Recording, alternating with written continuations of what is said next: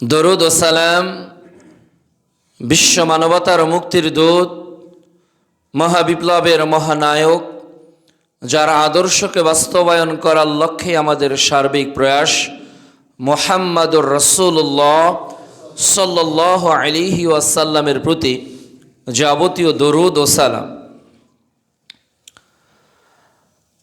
আজ জুমার খুতবার আলোচ্য বিষয়, মুমিন কখনোই হতাশ হবে না। ব্যস্তময় এই পৃথিবীতে, দুনিয়াতে মানুষ ইচ্ছায় অনিচ্ছায় নিজেকে হতাশার এক সীমাহীন স্থানে নাবিকবিহীন যাত্রীর মতো সমুদ্রে ঠেলে দিয়েছে। মুমিন জীবনে আজকে সিংহভাগ মানুষ হতাশাগ্রস্ত। পরিবার নিয়ে, স্বামী নিয়ে, স্ত্রী নিয়ে, ব্যবসা নিয়ে, চাকরি নিয়ে, লেখাপড়া নিয়ে, সম্পদ উপার্জন নিয়ে, ভালো একটা পজিশনে নিজের অবস্থানকে তৈরি করা নিয়ে পৃথিবীতে অধিকাংশ মানুষ আজকে নানাভাবেই হতাশ। এজন্য গোটা পৃথিবীতে প্রতিনিয়ত মানুষ সুইসাইড করছে, হত্যা, নিজেই নিজেকে মেরে ফেলছে, আর ভাবছে যে এটাই হয়তো আমার জীবনের সমাধান। কিন্তু মুমিনরা যদি জানতো যে কোরআনুল কারিমে আল্লাহ রাব্বুল আলামিন মুমিনদের জন্য কত আশা, কত স্বপ্ন, কতটা খাজানা, কতটা অনারিয়াম প্রদান করেছেন, তাহলে মানুষ কখনোই হতাশার দোলাচলে নিজেকে সম্পৃক্ত করত না। বরং মুমিন সর্বদাই আশাবাদী হতো, মুমিন সর্বদাই আল্লাহর ক্ষমার ভিখারি হতো, মুমিন সর্বদাই আল্লাহর সান্নিধ্যের জন্য প্রণন্তকর প্রচেষ্টায় নিজেকে জড়িত রাখত। দুর্ভাগ্যজনক হলো সত্য, আপনি ও আমি যে হতাশার মধ্যে নিমজ্জিত, এটি শয়তানের একটি ধোঁকা। শয়তান মানুষকে হতাশাগ্রস্ত করে, আর আল্লাহ তাআলা মানুষকে হতাশা থেকে আশার আলো জ্বালানোর কথা কোরআনে বলেছে।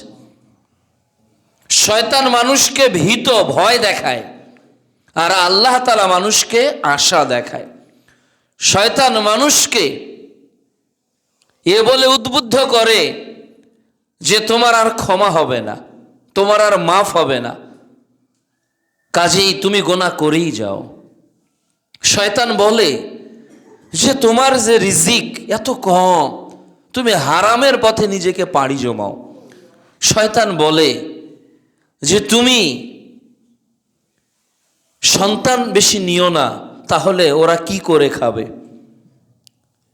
শয়তান বলে যে তুমি মরো, দুনিয়াতে তোমার বেঁচে থেকে কি লাভ, মৃত্যুবরণ করলেই তুমি সফল হবে। এই সব কিছুই শয়তানের ধোঁকা। এই শয়তান মানুষকে প্রতিনিয়ত হতাশ করে। যারা হতাশাগ্রস্ত, যারা জীবন নিয়ে সন্দিহান, যারা নিজেদের জীবনের ভবিষ্যৎ নিয়ে সন্দিহান, মূলত তারা শয়তানের পথেই পা দিয়েছে। মুমিন জীবনে কোনো হতাশা থাকবে না। আজকের আলোচনায় মুমিন যে হতাশ হবে না, মুমিনের জন্যই যে সব কিছু আল্লাহ তাআলা বর্ণনা করেছেন, এগুলো আমরা সংক্ষিপ্তভাবে কোরআনের দালিলিক আলোচনা জানার চেষ্টা করব ইনশাআল্লাহ।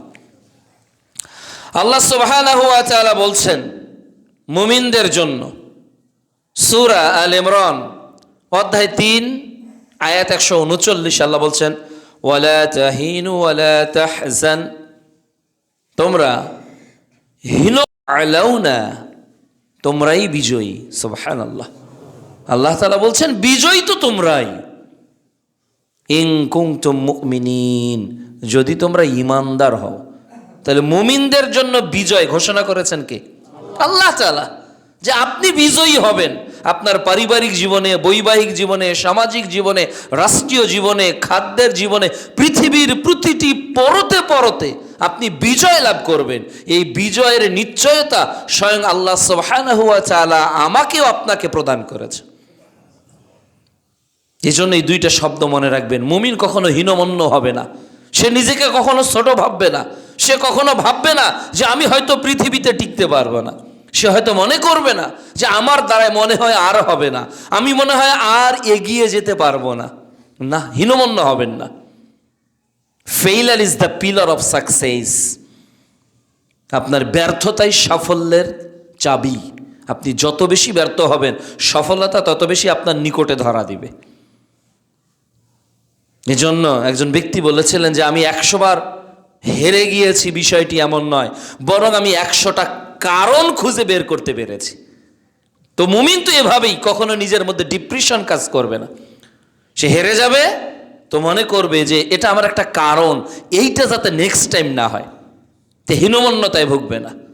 এবং ওয়ালা তাহজান, সে কখনো হতাশ হবে না, তার মধ্যে কখনো দীর্ঘশ্বাস ফেলে চিন্তা করবে না আমার কি হবে, আমার ভবিষ্যৎ বলে হয়তো কোনো আর কথা নেই, সব শেষ হয়ে গেল, বাড়ি নাই, গাড়ি নাই, ঘর নাই, বাড়ি নাই, স্ত্রী নাই, সংসার নেই, সব কিছু চুরমার হয়ে গেল।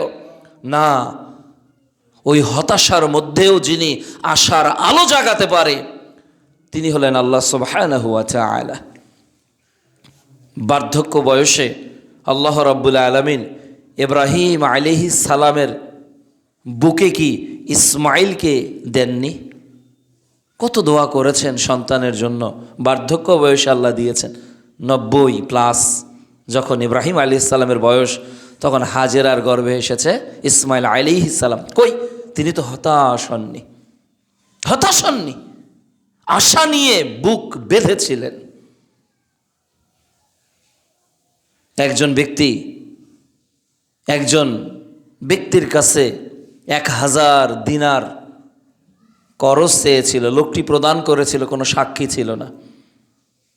সহিহ বুখারীর বর্ণনা এসেছে, রাসূলুল্লাহ সাল্লাল্লাহু আলাইহি সাল্লাম বলছেন যে ওই ব্যক্তি যখন আসলো, দেখলো যে নদী পার হব, কোনো বাহন নেই, কিভাবে পেরিয়ে যাব, তাকে কিভাবে আমি তার গচ্ছিত অর্থ ফেরত দিব।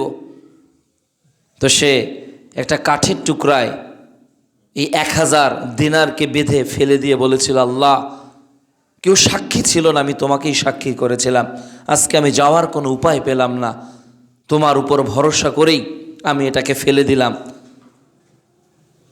আর যে পাওনাদার, তিনি এসে দেখেন যে লোকটি এখনো নেই। সন্ধ্যা পেরিয়ে গেল, দেখলো যে নদীর কিনারে একটা কাঠের টুকরা ভাসছে।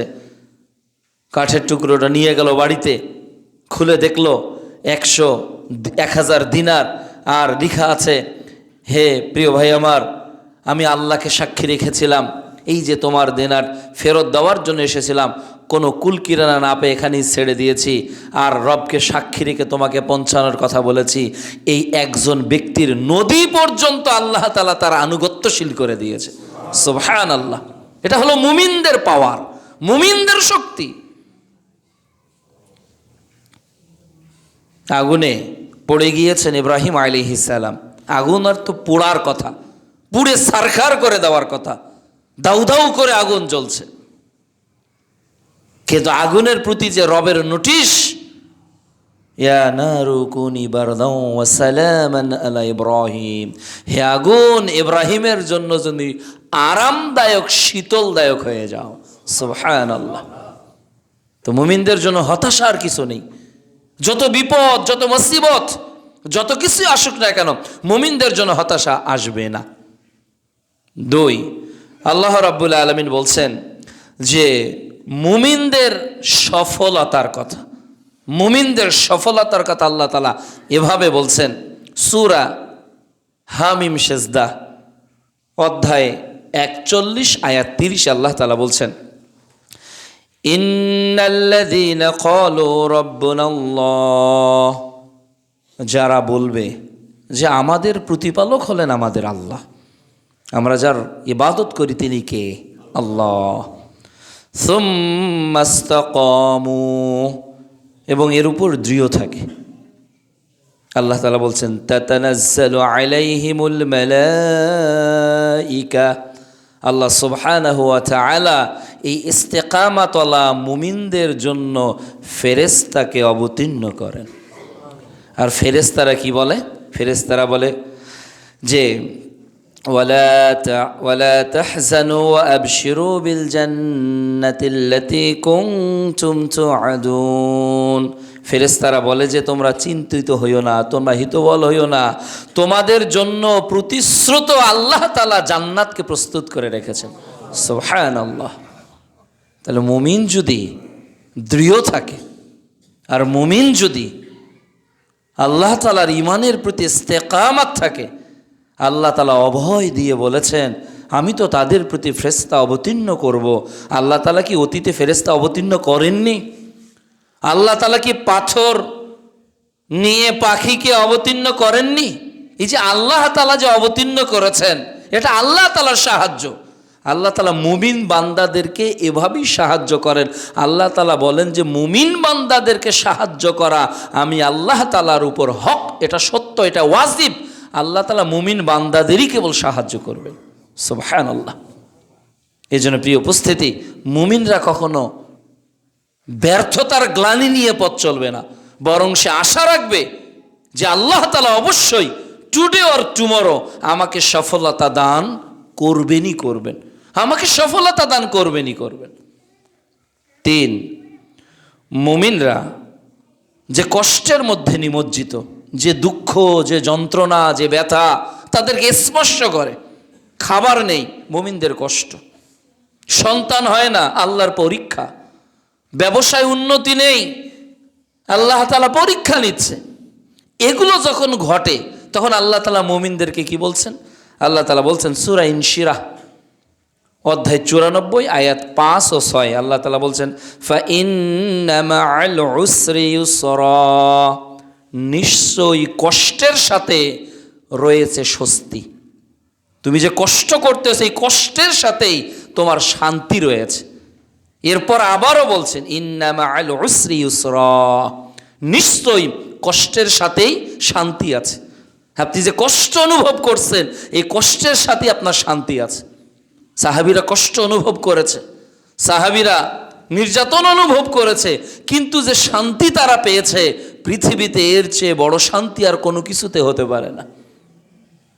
আপনি ভোরের সলাতে উঠবেন, কষ্ট হবে না?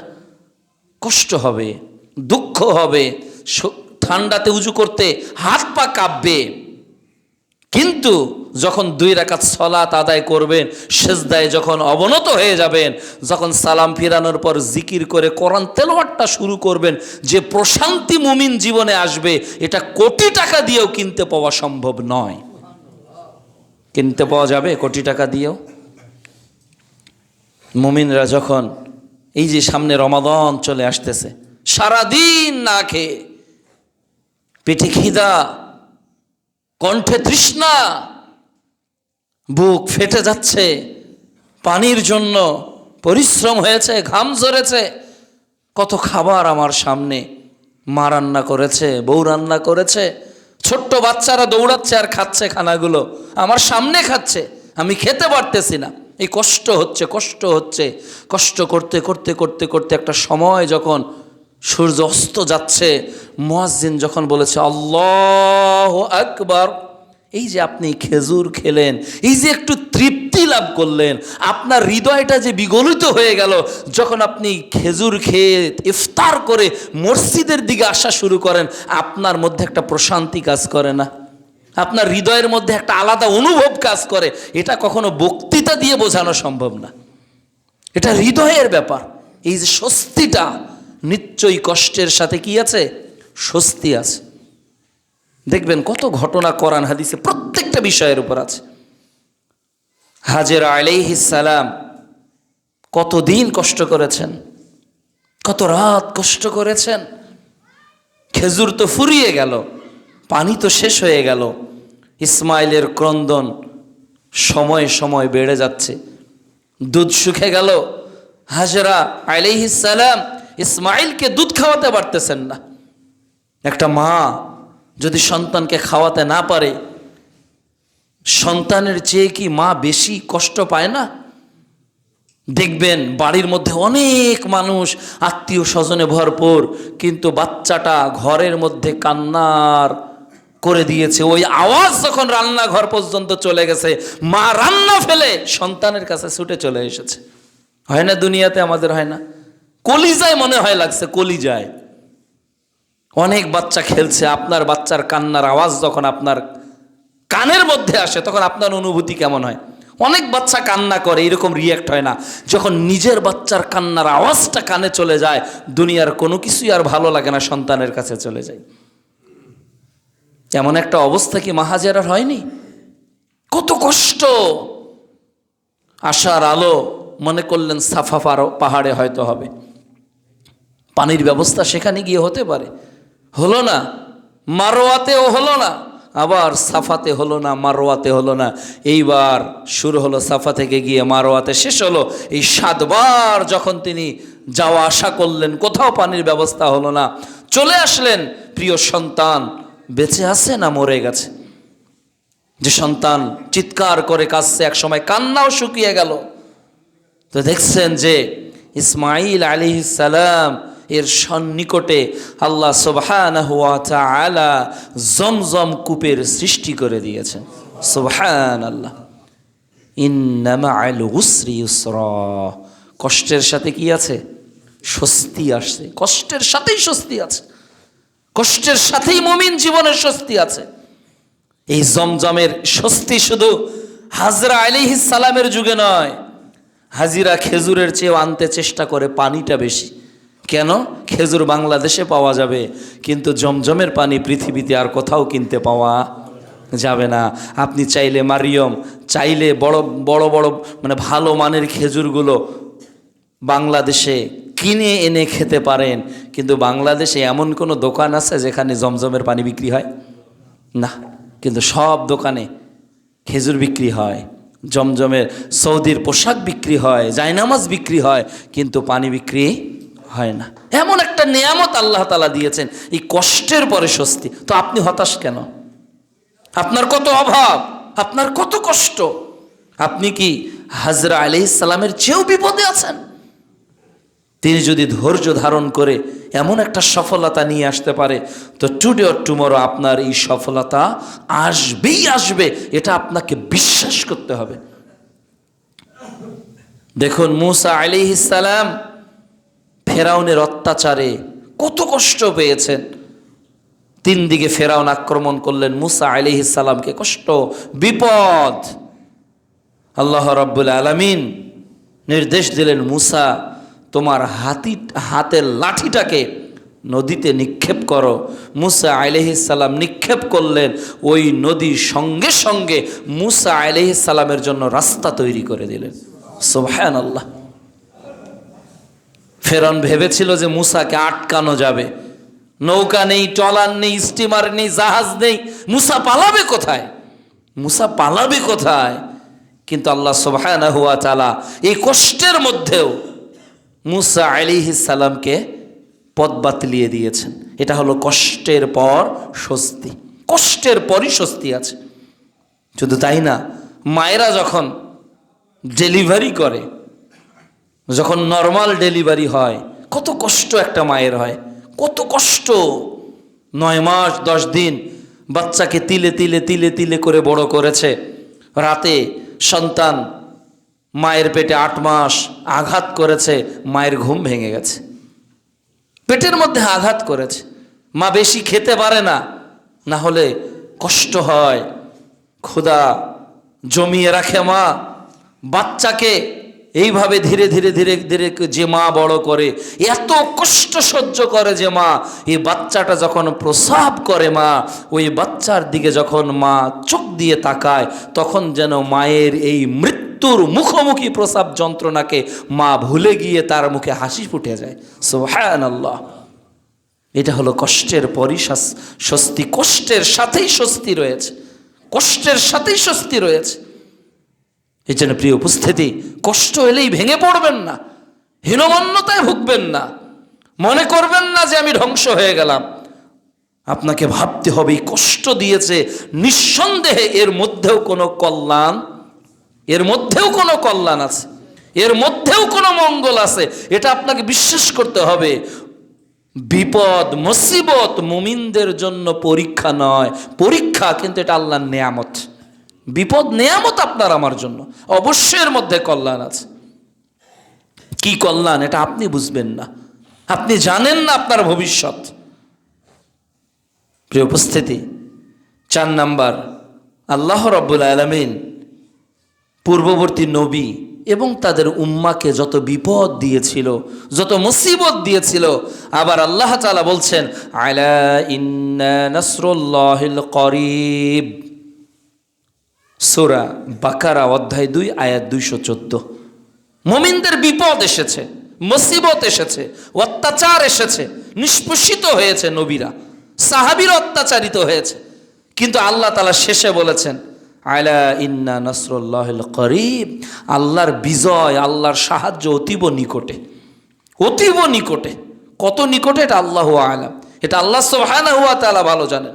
আপনাকে পরীক্ষা দিয়েই যেতে হবে, আপনাকে আল্লাহ তাআলার পথে রাজি রেখেই পরীক্ষা দিয়ে যেতে হবে, আর ভাবতে হবে যে আলা ইন্না নাসরুল্লাহিল করিব, আল্লাহর বিজয় অতীব নিকটে, আল্লাহর সাহায্য অতীব নিকটে। প্রিয় নবী নির্যাতিত হচ্ছেন আবু জেহেলের দ্বারাই, আর দোয়া করছেন আল্লাহ যে আবু জেহেলের নেতৃত্বে আমার মাথায় সিজদারত অবস্থায় উটের ভুঁড়ি চাপিয়ে দেওয়া হয়েছে, আল্লাহ আল্লাহ তুমি অমুককে ধরো, অমুককে ধরো, অমুককে ধরো, এভাবে মুহাম্মদ সাল্লাল্লাহু আলাইহি সাল্লাম নাম ধরে ধরে দোয়া করেছেন। অথচ বিশ্ব নবীর এই দোয়াটা কবুল হয়েছে প্রায় 12 বছর পর। তাহলে 12 বছরটাও নিকটে, 12 বছর পর আপনার বিজয় আসতে পারে, 12 বছর পর আপনার সফলতা আসতে পারে, 12 বছর পর আপনার দুঃখ ভুলে যেতে পারেন, 12 বছর পর আপনার আল্লাহ তাআলা বিজয় দান করতে পারে। এই বিজয় সম্পর্কে নিশ্চিত বিশ্বাস থাকতে হবে, তারা হলো মুমিন, যে আমাকে আল্লাহ সাহায্য করবেনই করবেন। এই দৃঢ় বিশ্বাস মুমিনরা করবে। মুমিনরা কোনোদিনও হতাশ হবে না, মুমিনরা কোনোদিনও নিজের মধ্যে হীনমন্যতায় ভুগবে না। তারা ভাববে আল্লাহর সাহায্য নিকটে, কখন যেন আল্লাহর সাহায্য চলে আসে। আল্লাহ তাআলা যুগে যুগে সহযোগিতা করেছেন। আসিয়া নির্যাতিত, আল্লাহর কাছে কি বলছেন যে তুমি জান্নাতে আমার জন্য একটা ঘর নির্মাণ করো, প্রাসাদ তৈরি করো। আল্লাহ কি আসিয়ার মর্যাদাকে বাড়িয়ে দেননি? আল্লাহ তাআলা তো বাড়িয়ে দিয়েছেন। সূরা তাহরিম অধ্যায় 66 আয়াত 12, আল্লাহ আসিয়ার মর্যাদাকে বাড়িয়ে দিয়েছেন। কিসের কারণে? নির্যাতিত হয়েছেন, কিন্তু সাহায্য চলে এসেছে আল্লাহর। অনুরূপভাবে আল্লাহর রাসূল সাল্লাল্লাহু আলাইহি ওয়াসাল্লাম বিপদের মধ্যে, সাহাবীগণ বিপদের মধ্যে খন্দকের প্রস্তুতি নিচ্ছে, পরীক্ষা খনন করা হচ্ছে, পরীক্ষা খনন করা হচ্ছে। সাহাবীদের পেটে পাথর বাঁধা, খেতে পারেন না। সাহাবীরা লক্ষ্য করলেন আমাদের পেটে তো পাথর বাঁধা আছে, স্বয়ং বিশ্বনবী মুহাম্মদুর রাসূলুল্লাহ সাল্লাল্লাহু আলাইহি ওয়াসাল্লামের পেটেও পাথর বাঁধা, তার পেটেও পাথর বাঁধা। আল্লাহ তাআলা কি মুমিনদেরকে বিজয় দান করেন নাই? নাকি রাসূল সাল্লাল্লাহু আলাইহি ওয়াসাল্লাম এবং তার সাহাবীরা নির্যাতন করে করে দুনিয়া থেকে চলে গেছেন না? প্রিয় নবী মক্কা থেকে পালিয়ে গেছেন, তাকে মৃত্যুর ভয়, মৃত্যু তাকে মারার জন্য অনেকবার চক্রান্ত করা হয়েছে মক্কায়, বারবার আক্রমণ, বারবার আক্রমণ। আল্লাহ নির্দেশ দিলেন চলে যাও। প্রিয় নবী চলে গেলেন প্রিয় দেশ জন্মভূমি মক্কা ছেড়ে, মক্কা ছেড়ে তিনি চলে যাচ্ছেন। আর সাথে নিলেন আবু বকর রাদিয়াল্লাহু তাআলা আনহুকে, আবু বকর রাদিয়াল্লাহু তাআলা আনহুকে। তো যেতে যেতে যেতে যেতে তারা লক্ষ্য করল পথ কোন দিক দিয়ে পালিয়ে গেছে। আটকে পড়লেন প্রিয় নবী আবু বকরকে নিয়ে। তো তারা চলছে, তাদের উটের শব্দ, তাদের পায়ের শব্দ বিশ্ব নবী দেখছে, ওই যে ওই যে ওই যে ওরা যাচ্ছে। তখন আবু বকর বলছে, হে আল্লাহ রাসূল, আমরা মনে হয় ধরা পড়ে যাব, আমরা মনে হয় ধরা পড়ে গেলাম, আমরা দুজন মনে হয় ধরা পড়ে যাব। তখন বিশ্বনবী বলছে, আবু বকর আমরা তো দুজন না, এই গর্তের মধ্যে তো আমরা দুইজন না, আবু বকর, তুমি, আমি আর স্বয়ং আমাদের রব আমাদের সহযোগিতায় আছেন। সুবহানাল্লাহ। মুমিনদের বিশ্বাস তো এমন থাকা দরকার, বাধা মুসিবতের চূড়ান্ত পর্যায়েও আল্লাহ তাআলা মুহাম্মদ সাল্লাল্লাহু আলাইহি সাল্লামকে কি সাহায্য করেন নাই? তিনি তো সাহায্য করেছেন। যে নবী যদি সাহায্য প্রাপ্ত হয়, সাহাবীরা যদি সাহায্য প্রাপ্ত হয়, নিশ্চিত আল্লাহ তাআলা আমাদেরকে সহযোগিতা করবেনই করবেন। করবেন বললে হবে না, করবেনই, মানে একটা প্রত্যয় যুক্ত করতে হবে কথা দৃঢ়তার জন্য। আল্লাহ সাহায্য করবেনই করবেন, এই বিশ্বাস থাকবে কার? মুমিনদের। মুমিনরা কখনোই হতাশ হবে না, যত বিপদ যত মুসিবত আসুক না কেন। 5, মুমিনদের বিপদের যে পথ মুক্তির, এটা আল্লাহ তাআলা নিজেই বাতলিয়ে দেন। আল্লাহ সুবহানাহু ওয়া তাআলা বলছেন সূরা তালাক অধ্যায় 65 আয়াত 2-এ, ওয়ামান ইয়াত্তাকিল্লাহা ইয়াজআল লাহু মাখরাজা। আল্লাহ তাআলা বলছে যারা তাকওয়া অবলম্বন করবে, যারা আল্লাহ তাআলার প্রতি ভয় অবলম্বন করবে, আল্লাহ সুবহানাহু ওয়া তাআলা প্রতি যারা তাওয়াক্কুল করে, তাকওয়া অবলম্বন করে, পরহেজগারিতা করে, আল্লাহ তাআলা তাদের মুক্তির পথ, তাদের উত্তরণের পথ, কোনো না কোনো পথ আল্লাহ তাআলা তাদেরকে বাতলিয়ে দিবেন। সুবহানাল্লাহ। কোনো না কোনো পথ, আপনি যত মুসিবতেই থাকেন, পথ দেখাবেন কে? আল্লাহ তাআলা আপনাকে পথ দেখাবেন। এই জন্য আপনি কোনো বিষয়ে আল্লাহর প্রতি কখনো আঙ্গুল তুলে বলবেন না যে না, আল্লাহ তাআলা কি আমার সাথেই এমন আচরণ করলো, আমার প্রতি এমন বিপদ, আমার ছেলেটার পড়াশোনা এইরকম, আমার মেয়েটার বিয়ে হচ্ছে না, আমার পরিবারে রহমত নেই, আমার দোকানে কোনো বরকত নেই। না, আল্লাহ তাআলা আপনার পথ বের করে দিবেনই দিবেন, আজ হোক অথবা কাল হোক। আপনি আপনার ভবিষ্যৎ সম্পর্কে জানেন না। আল্লাহ তাআলা, রাসূল সাল্লাল্লাহু আলাইহি ওয়াসাল্লাম বলছেন, খায়রিহি ওয়া শাররিহি মিনাল্লাহি তাআলা। আপনার তাকদীরের কোন জায়গায় কল্যাণ আর কোন জায়গায় অকল্যাণ, এটা যিনি জানেন তিনি কে? তিনি আল্লাহ তাআলা। কাজে প্রিয় উপস্থিতি, আল্লাহ রাব্বুল আলামিন বলছেন যে মুমিনদের জন্য পথ আল্লাহই বলে দিবেন, আল্লাহই বলে দিবেন। 6, আজকে পৃথিবীতে মুমিনরা খাবার নিয়ে হতাশ। কি খাবে, কি করবে, কি দিয়ে জীবিকা নির্বাহ করবে? মুমিনদের মধ্যে আজকে সবচেয়ে বেশি তাড়না হলো জীবিকার, আর মানুষ সবচেয়ে বেশি ধোঁকা খায় জীবিকার মাধ্যমেই, যেটা সহিহ বুখারী ক্রয় বিক্রয় অধ্যায়ের 2059 নম্বর হাদিসে প্রিয় নবী বলেছেন যে মানুষ উপার্জন করবে, এমন একটা জামানা আসবে, অনেক উপার্জন করবে, হালাল হারাম বিবেচনা করবে না। এটার মৌলিক কারণ হলো মুমিন তার রিজিকের ব্যাপারে হতাশ, মনে করে যে রিজিক আসবে না, রিজিক আসতে দেরি হচ্ছে। ছেলেটার বয়স 24 বছর হয়ে গেল, চাকরি হচ্ছে না, 27 হয়ে গেল, চাকরি হচ্ছে না, 28 বছর 32-এর কোঠায় পা দিল, চাকরি হচ্ছে না, সরকারি চাকরি হচ্ছে না। কাজেই 10 লাগুক, 20 লাগুক, 30 লক্ষ লাগুক, চাকরি একটা নিয়ে দিতেই হবে, আর 1 বছর মেয়াদ আছে সরকারি চাকরি। অনেক সময় পিতামাতারা এই ডিসিশন নেয় না। অনেক সময় ভাবছে মেয়েটার বয়স 18, 19, 20 পেরিয়ে গেল, বিয়ে হচ্ছে না, অনার্স কমপ্লিট, বিয়ে হচ্ছে না, মাস্টার্স কমপ্লিটও হলো, বিয়ে হচ্ছে না। যাক, যে ধরনের হোক একটা জামাই দিয়ে, টাকা হোক, খরচ করে হোক, যৌতুক দিয়ে হোক, যে কোনো একটা ঘরে বিয়ে দিয়ে দিই। হতাশ হয়ে যাই, রিজিক নিয়ে আমরা টেনশনে পড়ে যাই। সকালবেলা দোকানটা খুলেছেন, সারাদিন কোনো কাস্টমার নেই, মনটা খারাপ, মনটা খারাপ। যে কোম্পানিতে চাকরি করেন, হঠাৎ কোম্পানি থেকে আপনাকে বরখাস্ত করা হলো, আপনার মন খারাপ, কি করে খাবো? যে গার্মেন্টসের আপনি এমডি, ওই গার্মেন্টসে আগুন ধরে গেছে, কোটি কোটি টাকা ব্যাংক থেকে লোন নেওয়া, কি করব? যে বাড়ি আপনার ছিল, ওই বাড়িটা ভূমিকম্পে ভেঙে পড়েছে, কি করব? উপার্জনের যে গাভীটা ছিল, গাভীটা মারা গেছে, কি করব? আমার যে মাছের ঢেরটা ছিল 5 একর জায়গাতে, পুরো মাছ সব মারা গেছে, এখন আমি কি করব? মুমিন জীবনে কত অর্থনৈতিক প্রবলেম আজকে আমাদের, কত অর্থনৈতিক প্রবলেম। কিন্তু আল্লাহ সুবহানাহু ওয়া তাআলা মুমিনদের আর্থিক জীবনেও নিশ্চয়তা দিয়েছেন। মুমিন, তুমি অর্থনীতি নিয়ে চিন্তা করো না, খাদ্য নিয়ে চিন্তা করো না, তুমি তোমার রিজিক নিয়ে ভেবো না। এই রিজিকের দায়িত্ব স্বয়ং আমি আল্লাহ তাআলা নিজ হাতে নিয়েছি। সুবহানাল্লাহ, তিনি নিজেই নিয়েছেন আপনার রিজিকের দায়িত্ব। আপনি কি খাবেন, কতটুকু খাবেন, কোন মানের খাবেন। মনে করেন আল্লাহ তাআলা আপনার জন্য শিং মাছ নির্ধারণ করেছে, শিং মাছ আপনি খাবেন সারা জীবনে। এখন এই শিং মাছের মধ্যে আপনি নদীর শিং কয় কেজি খাবেন, আর পুকুরের শিং কয় কেজি খাবেন, আর চাষের শিং কয় কেজি খাবেন, আর নদীর শিং কয় কেজি খাবেন, ওটা কে নির্ধারণ করেছে? ওটা আল্লাহ তাআলা নির্ধারণ করেছে, ওটা আপনি চাইলেও না। আল্লাহ তাআলা আপনার জন্য চিংড়ি মাছ নির্ধারণ করেছে, গলদা চিংড়ি কতটুকু খাবেন, দেশি চিংড়ি কতটুকু খাবেন, কোন জায়গায় বসে খাবেন, কার বাড়িতে খাবেন, কোন প্লেটে খাবেন, কয় লোকমাতে খাবেন। এই সিদ্ধান্ত দুনিয়াতে হয়নি, এই সিদ্ধান্ত আসমানে হয়েছে। এই সিদ্ধান্ত হয়েছে কোথায়? আসমানে হয়ে গেছে।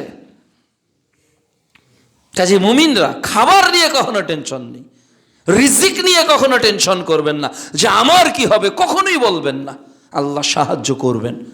আল্লাহ রাব্বুল আলামিন বলছেন সূরা হুদ অধ্যায় 11 আয়াত 6, আল্লাহ সুবহানাহু ওয়া তাআলা রিজিকের ব্যাপারে বলছেন যে ওয়ামা মিন দাব্বাতিন ফিল আরদ ইল্লা আলাল্লাহি রিজকুহা। পৃথিবীতে বিচরণ করে এমন কোনো প্রাণী নেই, পৃথিবীতে বিচরণ করে এমন কোনো প্রাণী নেই যার রিজিকের নিশ্চয়তার দায়িত্ব আল্লাহ তাআলা নেন নাই। মানে রিজিক যে দিবেন এটা নিশ্চয়তার দায়িত্ব আল্লাহ নিয়েছে।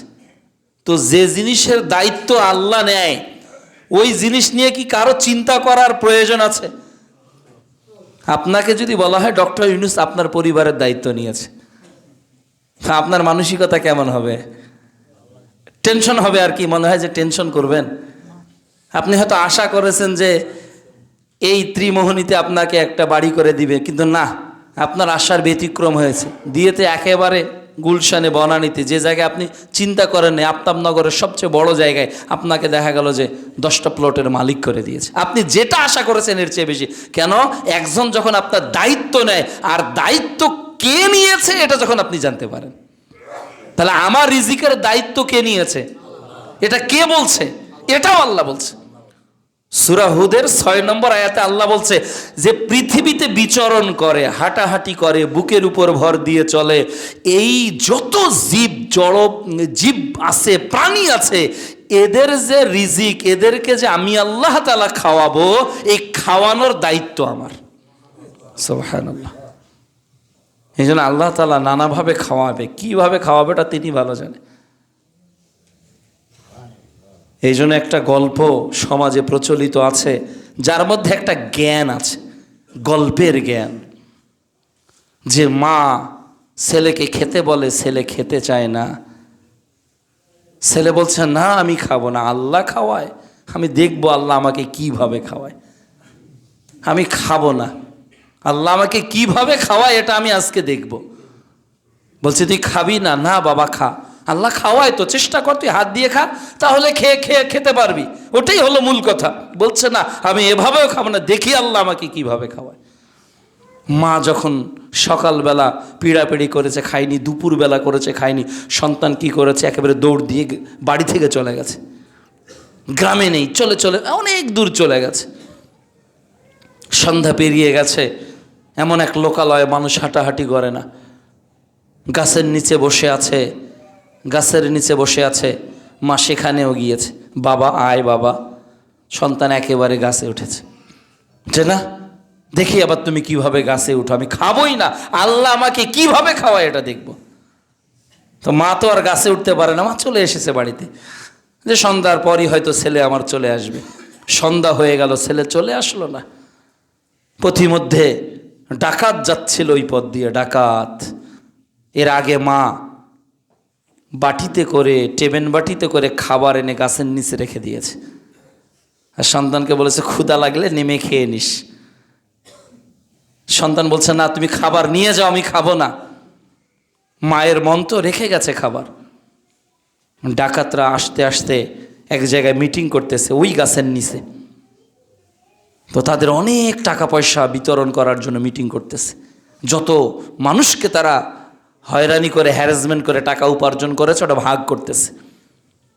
তো দেখতেছে কি ব্যাপার, এত সুন্দর টেবিল বাটি, খুলে দেখে অনেক খাবার।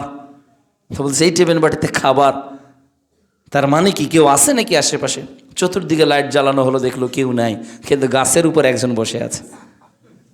তো বলছে মনে হয় এই বেটা জানে যে আমরা এই পথ দিয়ে যাব আজকে, এ খাবার রেখেছে যাতে বিষ মিশ্রিত খাবার খেয়ে আমরা মারা যাই, আর ও সব অর্থ নিয়ে চলে যায়।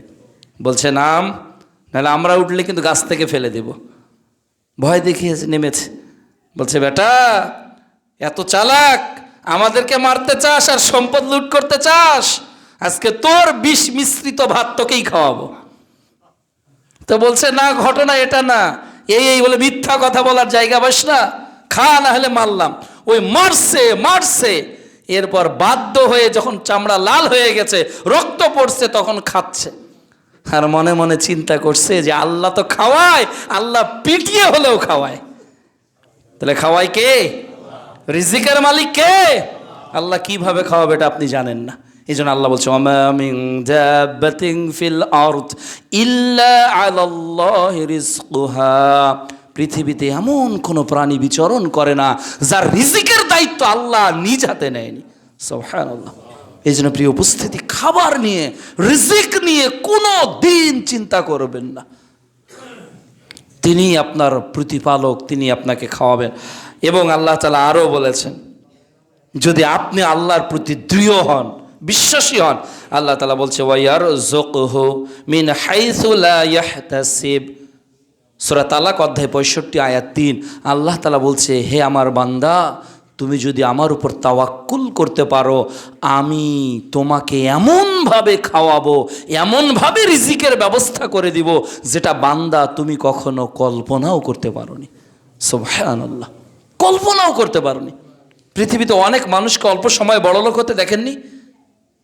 অনেক পরিবর্তনের কারণে রাতারাতি একটা মানুষ অনেক টাকার মালিক হয়ে গিয়েছে।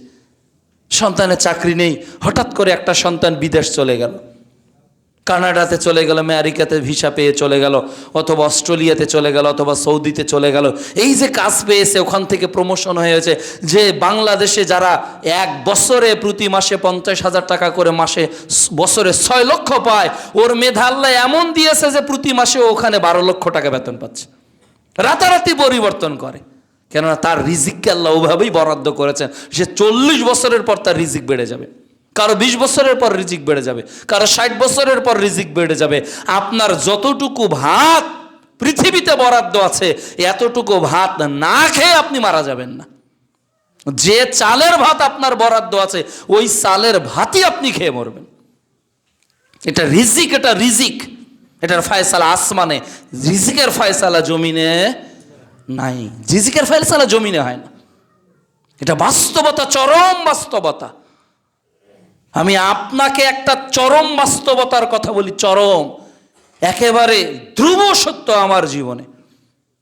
আমার বাবা মা হজে যেবার গেছে, সেইবার ময়মনসিংহ কৃষি বিশ্ববিদ্যালয়ের একজন প্রফেসর সম্পর্কে মামা হয়, একজন ডক্টরেট ডিগ্রিধারী বিশাল পণ্ডিত মানুষ, ওনারও ভাগিনাও হজে যাবে, একসঙ্গে একটা বড় কাফেলা। উনি ময়মনসিংহ থেকে আমাদের জন্য প্যাকেট করে বিরিয়ানি নিয়ে এসেছিল আমাদেরকে খাওয়ানোর জন্য। তিনি নিয়ে এসেছিল, আমরা ওই বিরিয়ানিটা নিয়ে আবার গিয়েছিলাম কোনো একজনের সঙ্গে দেখা করতে নারায়ণগঞ্জ। আমরা নারায়ণগঞ্জ মানে ওইখানে গিয়ে খাবো, ওখানে খাবো, পৌঁছেছি, হঠাৎ শুনতে পেলাম যে আমাদের এই কাফেলার একজনের করোনা পজিটিভ হয়েছে। ওই খাবার ওখানেই রেখে দেনান্দিন উল্টো পথে অন্য গাড়িতে আমরা চলে আসছি। তাহলে ময়মনসিংহের খাবার আমাদের জন্য নিয়ে আসলো ঢাকায়, আমরা ঢাকার খাবারটা নিয়ে আসলাম নারায়ণগঞ্জে। তাহলে এই খাবারকে ময়মনসিংহ হয়ে ঢাকা থেকে নারায়ণগঞ্জ নিয়ে রাখলো, তাহলে এই রিজিক আমার তাকদিরে ছিল না, নারায়ণগঞ্জের কারো তাকদিরে ছিল। এভাবে আল্লাহ তাআলা আপনাকে রিজিকের ব্যবস্থা করে দিবে। যা আপনি খেতে চেয়েছেন তা আপনাকে খাওয়াবে না, যা আপনি আশা করেন নাই এমন খাবার আল্লাহ আপনার ব্যবস্থা করে দিতে পারে। এই জন্য প্রিয় উপস্থিতি, খাবার নিয়ে কখনো চিন্তিত হওয়া যাবে না, কোনোদিনও হওয়া যাবে না। এই রিজিকের মালিককে আল্লাহ তাআলা বলছেন যে আমি হলাম উত্তম রিজিক দাতা। আল্লাহ যে রিজিক দেন এটা উত্তম রিজিক। 7, তাহলে রিজিক নিয়ে কখনো টেনশন করা যাবে? কখনোই যাবে না। আপনি মনে করতেছেন যে আপনার ব্যবসায়, আপনার চাকরিতে, আপনার পরিবারে ও আর্থিক উন্নতি হচ্ছে না, আল্লাহ তাআলা ওই পর্যন্ত আপনার তাকদিরে রেখেছেন। আল্লাহুম্মা লা মানিয়া লিমা আ'তাইতা ওয়া লা মু'তিয়া লিমা মানা'তা। আল্লাহ যদি কাউকে কিছু দিতে চায়, যে আমি কোটিপতি করব, তো গোটা পৃথিবীর মানুষ যদি তাকে ফকির বানাতে চায়, সম্ভব? আর আল্লাহ তাআলা যদি কাউকে কোটিপতি বানাতে না চায়, আপনি যত চেষ্টা করেন, যত পরিশ্রম করেন, যত মেহনত করেন, আপনি হতে পারবেন না। কেন? আপনার তাকদিরে তো আল্লাহ লিখে দিয়েছে, ভাই আপনি এমপি হবেন না মন্ত্রী হবেন, না আপনি কোটিপতি হবেন, নাকি আপনার ত্রিমোহনীতে 10টা বাড়ি থাকবে, না একটা বাড়ি থাকবে। ফয়সালা আসমানে হয়েছে না জমিনে হয়েছে? এটা আসমানে হয়েছে। যখন মানুষ এইটা ভাববে না, তখন নিজের মধ্যে কোনো, তার মধ্যে হতাশা কাজ করবে না। আরে তাকদিরে তো আল্লাহই লিখেছে, অবশ্যই আল্লাহ যদি চায় এর থেকে আমাকে উন্নতি দান করবে, না হলে আমি আল্লাহর এই রিজিকের উপর সন্তুষ্ট। নাম্বার 7, মুমিন জীবনে হতাশার বড় একটি দিক হলো গুনাহ, পাপ, অপরাধ, অন্যায়। অনেকে হাঁটুতে হাত দিয়ে আছেন, এই যে মাথা নত করে আছে, দেখেন। চাচা ঘুম ধরছে, হাঁটুতে হাত দিবেন না। এই যে যুবক ভাই দেওয়ালে,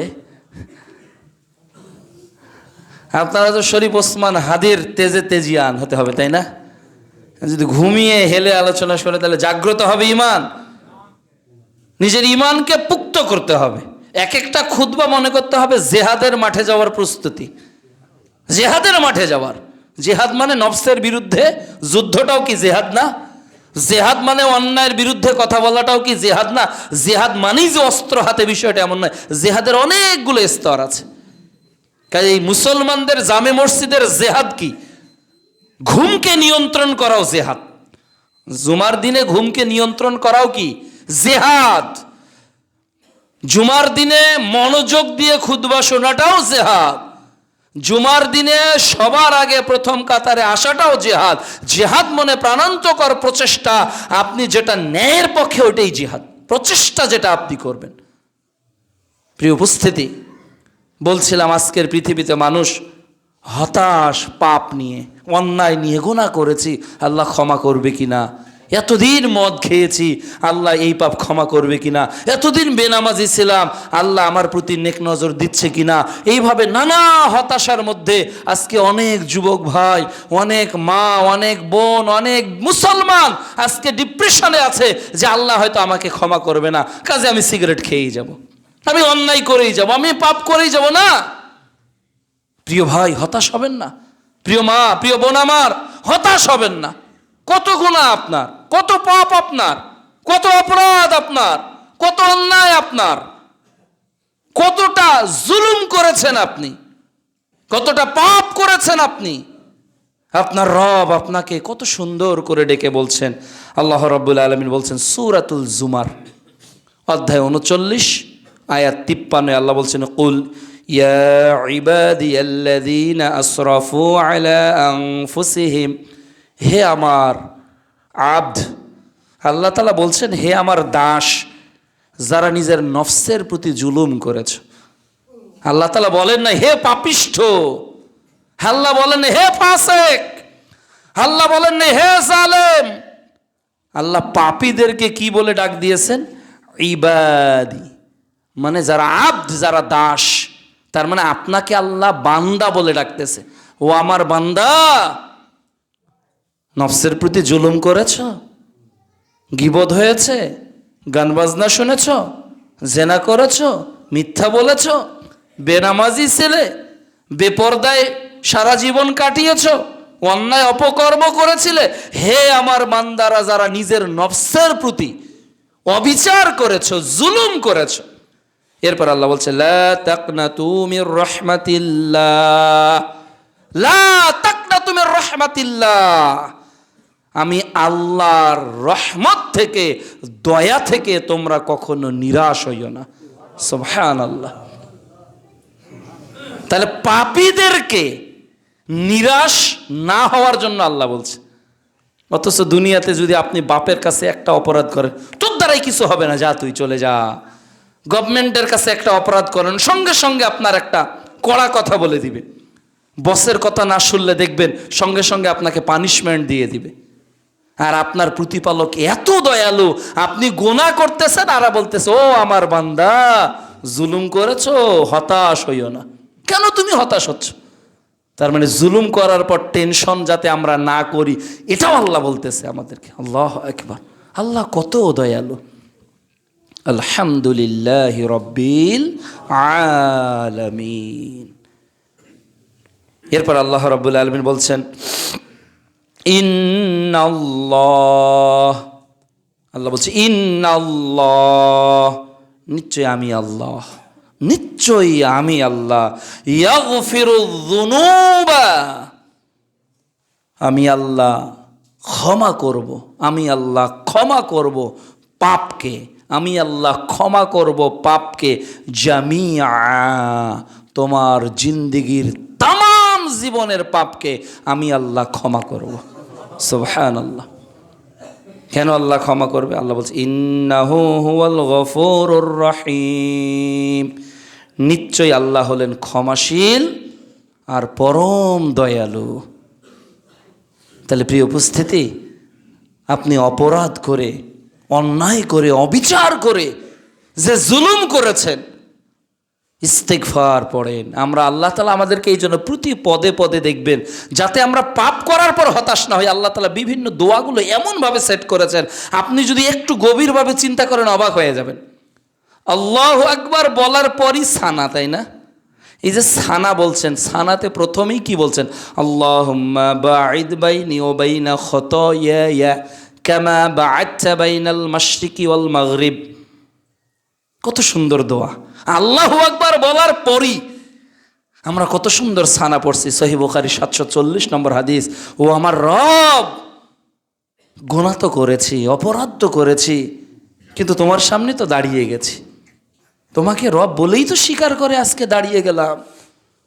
হে আমার প্রতিপালক, আল্লাহুম্মা বাঈদ বাইনি ওয়া বাইনা খতায়ায়া কামা বা'আদতা বাইনাল মাশরিকি ওয়াল মাগরিব। প্রতিপালক, তুমি আমার অপরাধকে দূরে নিয়ে যাও, পূর্ব এবং পশ্চিমের দূরত্বকে যত দূর করেছো।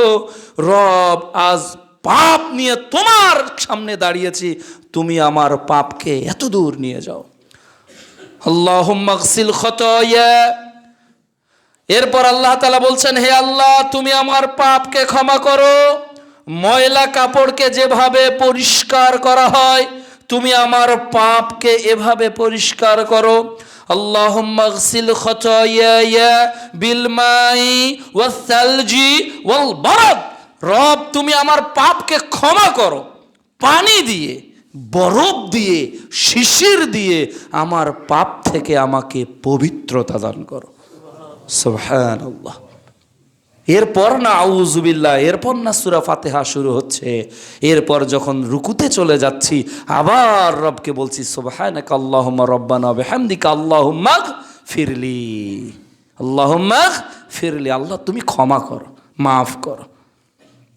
সেজদায় চলে যাচ্ছি, আবারও বলছি আল্লাহ তুমি আমাকে মাফ করো। দুই সেজদার মাঝখানে চলে যাচ্ছি, আবারও বলছি আল্লাহুম্মা গফিরলি ওয়ারহামনি, আল্লাহ আমাকে ক্ষমা করো, আমাকে ক্ষমা করো।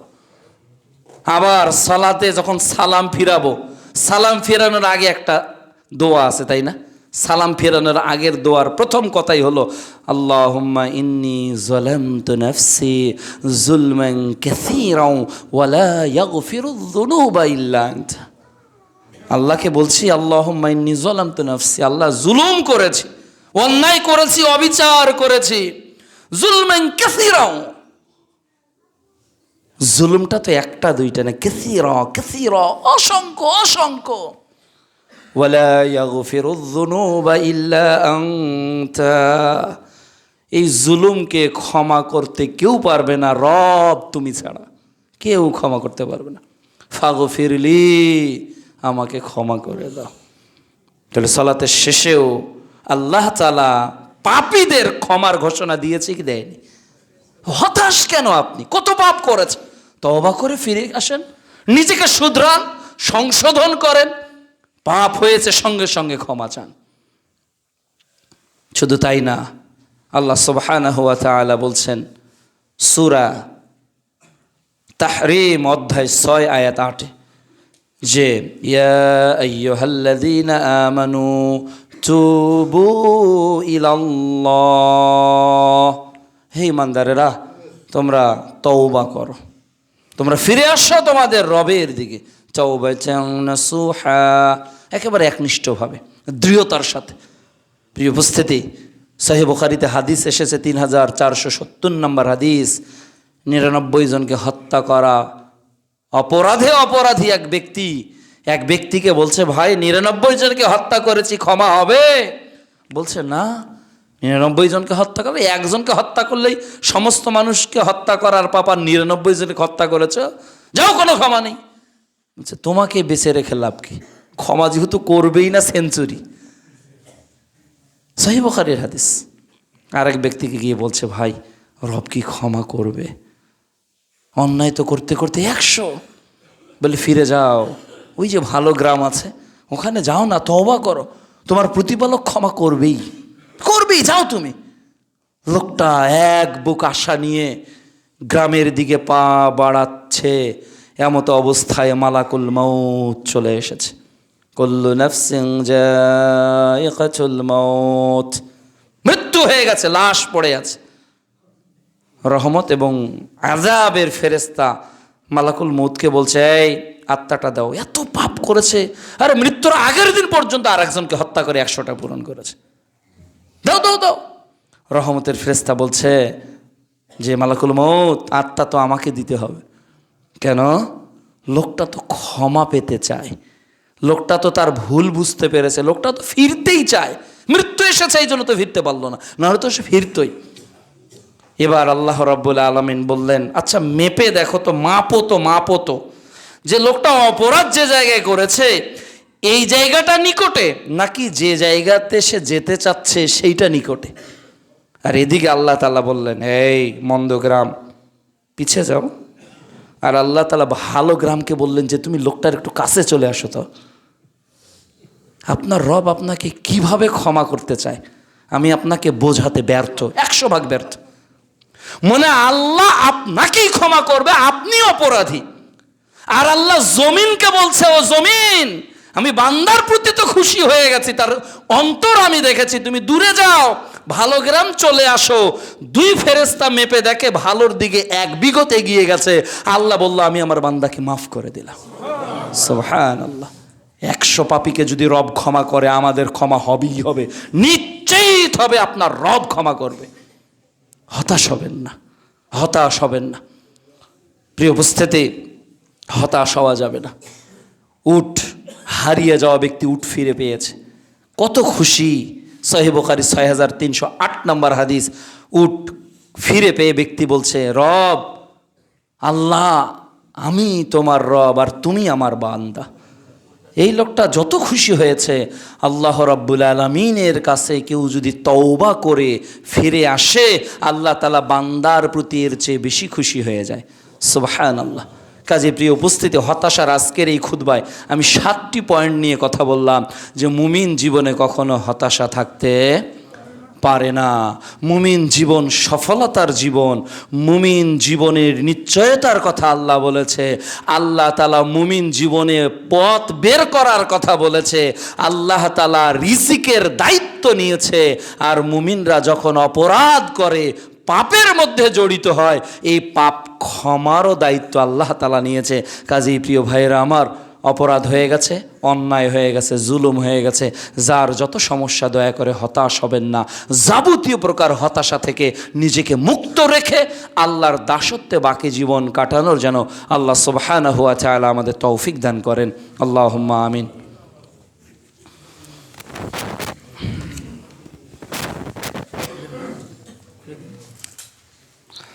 আলহামদুলিল্লাহি ওয়াহদা ওয়াসসালাতু ওয়াসসালামু আলা মান লা নাবিয়্যা বা'দা ওয়া আলা আলিহি ওয়া সাহবিহি আজমাইন ওয়া মান তাবি'আহুম বিইহসান ইলা ইয়াউমিদ্দিন, আম্মা বা'দ।